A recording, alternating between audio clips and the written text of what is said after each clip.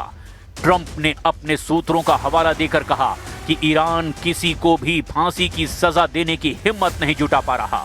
Trump ने यह बयान इरफान सुल्तानी की फांसी टलने के बाद दिया है। ईरान में इरफान सुल्तानी को 14 जनवरी को फांसी दी जानी थी, मगर अब तक इरफान को सजाए मौत नहीं दी गई है, जिसे ट्रंप अपनी जीत बता रहे हैं। We have been informed by very important sources on the other side, and they've said the killing has stopped and the executions won't take place. There were supposed to be a lot of executions today, and that the executions won't take place. And we're going to find out. I mean, I'll find out after this. You'll find out. But we've been told on good authority, and I hope it's true. Who knows, right? Who knows? Iran ने इरफान सुल्तानी की फांसी पर अब तक कुछ भी साफ नहीं किया है। अब तक इरफान सुल्तानी के बारे में इतना ही पता चल पा रहा है कि वो ईरान के करज की सेंट्रल जेल में बंद है। बताया गया कि ईरान की कोर्ट इरफान पर लगे आरोपों को मान भी लेगा तो भी उस पर मौत की सजा लागू नहीं हो पाएगी। मायने ये कि ट्रंप के प्रेशर में इरफान की फांसी नहीं टली है, जिसका वो क्रेडिट ले रहे हैं। इस बीच पता ये भी लगा कि ईरान में अमेरिका से युद्ध लड़ने के लिए कई देशों से कट्टर लड़ाके पहुंचने शुरू हो गए हैं। कुर्द संगठन हिंगाव ऑर्गेनाइजेशन फॉर ह्यूमन राइट्स ने दावा किया है कि कई दिनों से ईरान में इराक रूट से फाइटर ग्रुप दाखिल हो रहे हैं। ईरान के विपक्षी नेता मेहदी रजा ने कहा कि ईरान के अंदर इराकी मिलिशिया अहम जगहों पर तैनात किए जा रहे हैं। ईरान के पत्रकार निजात बहरामी ने ऐसा ही एक वीडियो पोस्ट किया जिसमें हिजबुल्लाह और पुराने सीरियाई झंडे के साथ कई लड़ाके देखे गए हैं। ईरान में शिया मिलिशिया हिजबुल्लाह और हशद अल शाबी के लड़ाके सुप्रीम लीडर के लिए जान दांव पर लगाने के लिए तैयार है। ईरान समर्थित जितने भी फाइटर ग्रुप हैं, वो अमेरिका जैसी महाशक्ति के लिए कोई मुसीबत नहीं। युद्ध में ये फाइटर अगर किसी के लिए खतरा हैं, तो वो अमेरिका के साथ लड़ने वाले इजराइल के लिए हैं। लड़ाका ग्रुप का इजराइल से युद्ध का पुराना इतिहास है, मगर अमेरिका के लिए युद्ध में सिरदर्द बनेंगे 55 मुस्लिम देश, जिन्हें खाड़ी देशों में सुपर पावर की दादागिरी बर्दाश्त नहीं। इसे ऐसे समझिए कि फिलहाल ऑर्गेनाइजेशन ऑफ इस्लामिक कोऑपरेशन में 57 देश शामिल हैं। 4 महाद्वीपों के कुल 57 देशों के ये नाम हैं।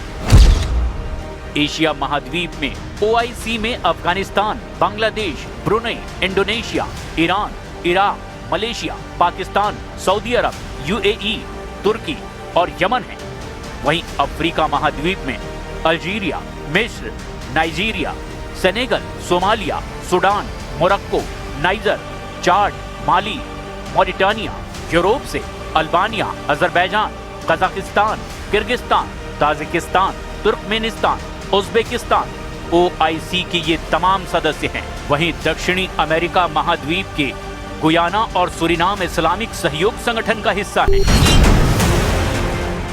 इनमें सिर्फ अजरबैजान ऐसा है जो ईरान को दुश्मन मानता है। वहीं 57 मुस्लिम देशों में कई अमेरिका के पार्टनर भी हैं, लेकिन ईरान से युद्ध होने पर ये देश ट्रंप के खिलाफ खड़े होते दिख रहे हैं। कभी ईरान का कट्टर दुश्मन कहे जाने वाले सऊदी अरब ने भी अब ट्रंप को जोर का झटका दे दिया है। सऊदी अरब को अरब वर्ल्ड का सुपर पावर कहा जाता है, यानी जिधर क्राउन प्रिंस सलमान होंगे उधर अरब अलायंस के सारे लीडर होंगे। ट्रंप को जिन मुस्लिम देशों से सबसे ज्यादा डील करने में मुश्किल है, वो सेना और हथियार के लिहाज से बेहद खतरनाक हैं। सऊदी अरब ने ट्रंप को बता दिया कि वो ईरान पर हमले के लिए अमेरिका को एयर स्पेस को इस्तेमाल नहीं करने देगा। इजराइल से दुश्मनी की वजह से तुर्की ईरान अमेरिका युद्ध में ईरान के साथ पूरी ताकत के साथ लड़ने के लिए तैयार हो सकता है। संयुक्त अरब अमीरात ने भी अब इस बार ट्रंप को नाराज करने के सिग्नल दे दिए हैं। कतर ईरान अमेरिका युद्ध के बीच मध्यस्थता करके युद्ध रोकने की कोशिश करके ट्रंप को गुस्सा दिला चुका है। इन सबसे खतरनाक देश पाकिस्तान है, जिसे डर है कि ईरान में तख्ता पलट हुआ तो जनरल असीम मुनीर को भी पाकिस्तान की आवाम मार मार कर भगाएगी। इसीलिए पाकिस्तान ईरान का साथ देने को मजबूर है। अमेरिका के एक इशारे पर कल तक जो देश हाजिरी बजाते थे वो ट्रंप को नियम कायदे सिखा रहे हैं। ट्रंप इन बातों को कब तक नजरअंदाज करते हैं ये देखने वाली बात है। लेकिन जो बात फाइनल है वो है ईरान पर अमेरिका का हमला। पेंटागन ने ईरान पर हमले का पूरा प्लान ट्रंप से शेयर किया है। प्रेसिडेंट ट्रंप ने भी ईरान से वॉर टेंशन कम होने नहीं देने की गारंटी ले ली है, क्योंकि अमेरिका को साथ देने वाले देशों की कोई कमी नहीं है। सुपर पावर के पास यूरोपीय देशों का दम है। ब्रिटेन, जर्मनी, फ्रांस सब ने ईरान से खामनेई की जल्द विदाई की भविष्यवाणी की है। ऐसे में दुनिया ऐसे युद्ध की दहलीज पर है जिसमें एक तरफ अमेरिका और संयुक्त देश हैं, तो दूसरी तरफ ईरान के साथ 55 मुस्लिम देशों की पावर है। सबसे भयानक बात यह है कि दोनों ग्रुप के पास परमाणु हथियार हैं।